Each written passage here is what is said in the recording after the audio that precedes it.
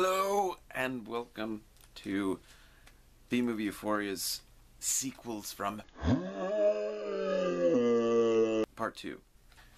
This week we talk about the third in this Night of the Demons trilogy. And yes, I know there was a more recent reboot, remake, but we're not going to talk about that because it looks terrible. But looks can be deceiving because I remember seeing these films in the video store a lot when there were still video stores, and I would always pass over it whenever I got to the horror section because it just looked like a little too freaky, like it was going to be too scary or something. It's definitely not super scary or anything, but it has some gore in it, and I really enjoy it. It's trashy. It's definitely a trashy film. So the movie starts off with a cop deciding to go and check out Hill House and see if there's anything going wrong in there, but he goes in there and, of course, Angela is in there, and she kills him with his own badge. And then we're treated to like a 5-minute intro sequence.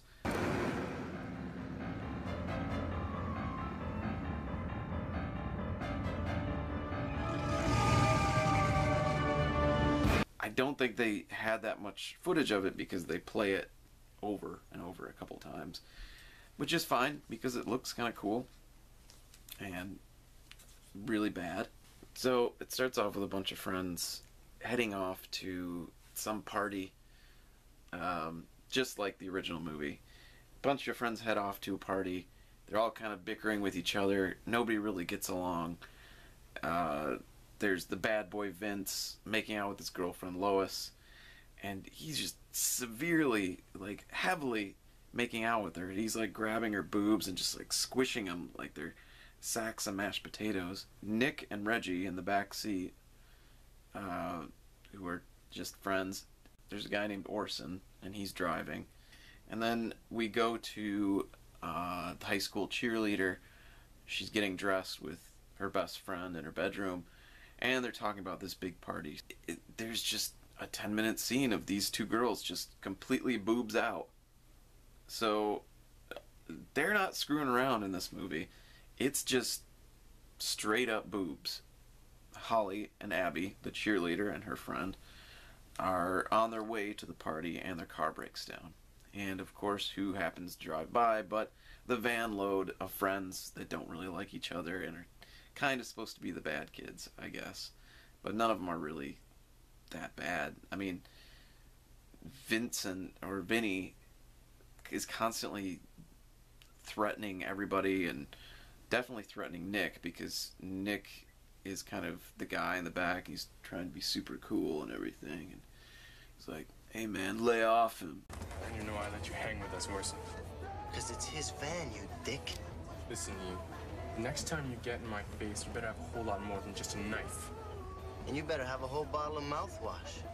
Because your breath smells like you've been munching some stale carpet. It's pretty obvious that Nick is going to be our protagonist, which, hey, I'm okay with that.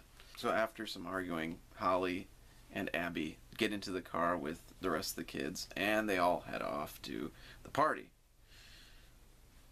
But of course, when you're going to a party, what do you need? So they stop at a liquor store, and Reggie tries to pass off his brother's driver's license as his own, and he gets denied. So he can't get the beer, but then Vinny just flips out, and there's a huge shootout. Some cops walk in, and then one of them gets blown away, and it's bad. So now all the kids are implicated in this convenience store shootout, and they have to take off. During the robbery, Reggie gets shot, of course, because he's the only black character in the movie, so he gets shot by the cops. Oh my God!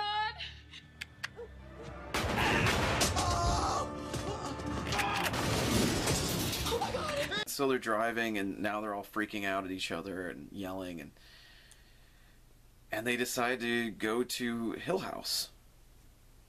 Abby, Holly, the cheerleader's best friend, says, this is really bad. This is where bad shit happens, demons and stuff. No, let's not do this.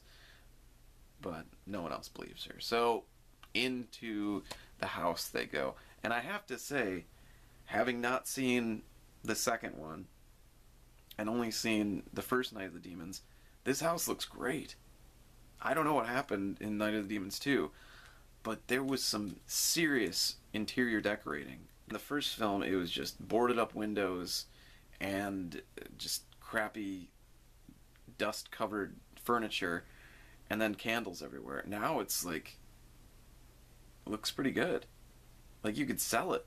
You could sell this house. Vince is like, nobody's leaving! Nobody! And somehow Orson, the driver, he also got a gun from the cop, one of the cops. And so they're forcing everybody to stay in there. And suddenly we get to see stock footage from the first film of Angela.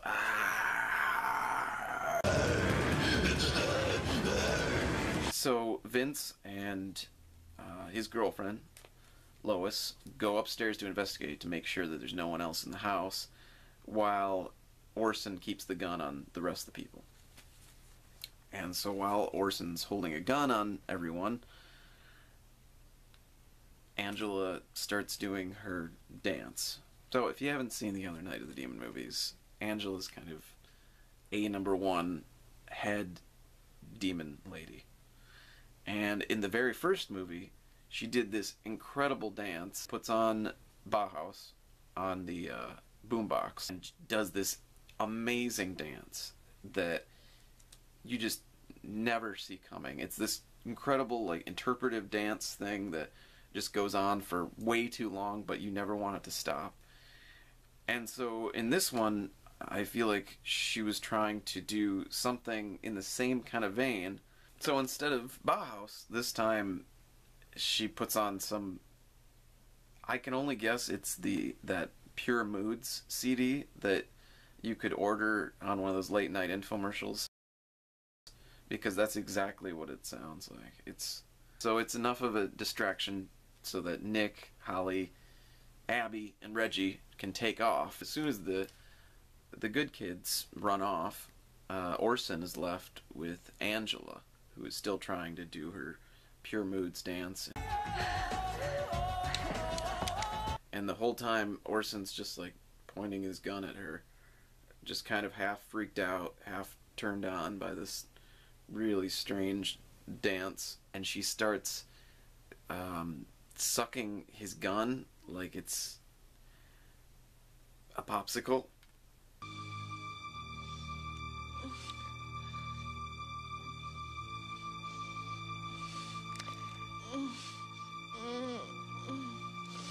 And she does this for a while, and then eventually she just spits out a bullet into Orson's hand. At that point, that's pretty impressive, but at that point I would definitely want to get out of there. But he doesn't, and of course he gets, she shoves his tongue into the back of his neck. It's pretty cool. He becomes a demon.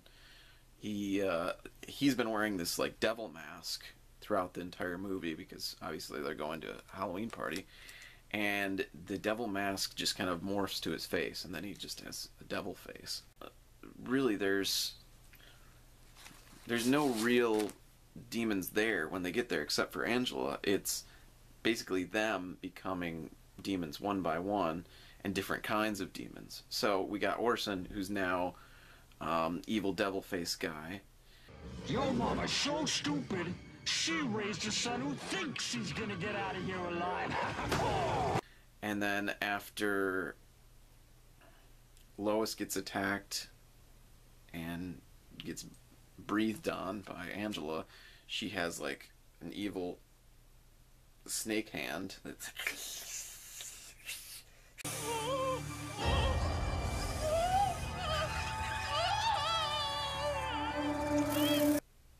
almost everyone ends up getting turned demon-faced.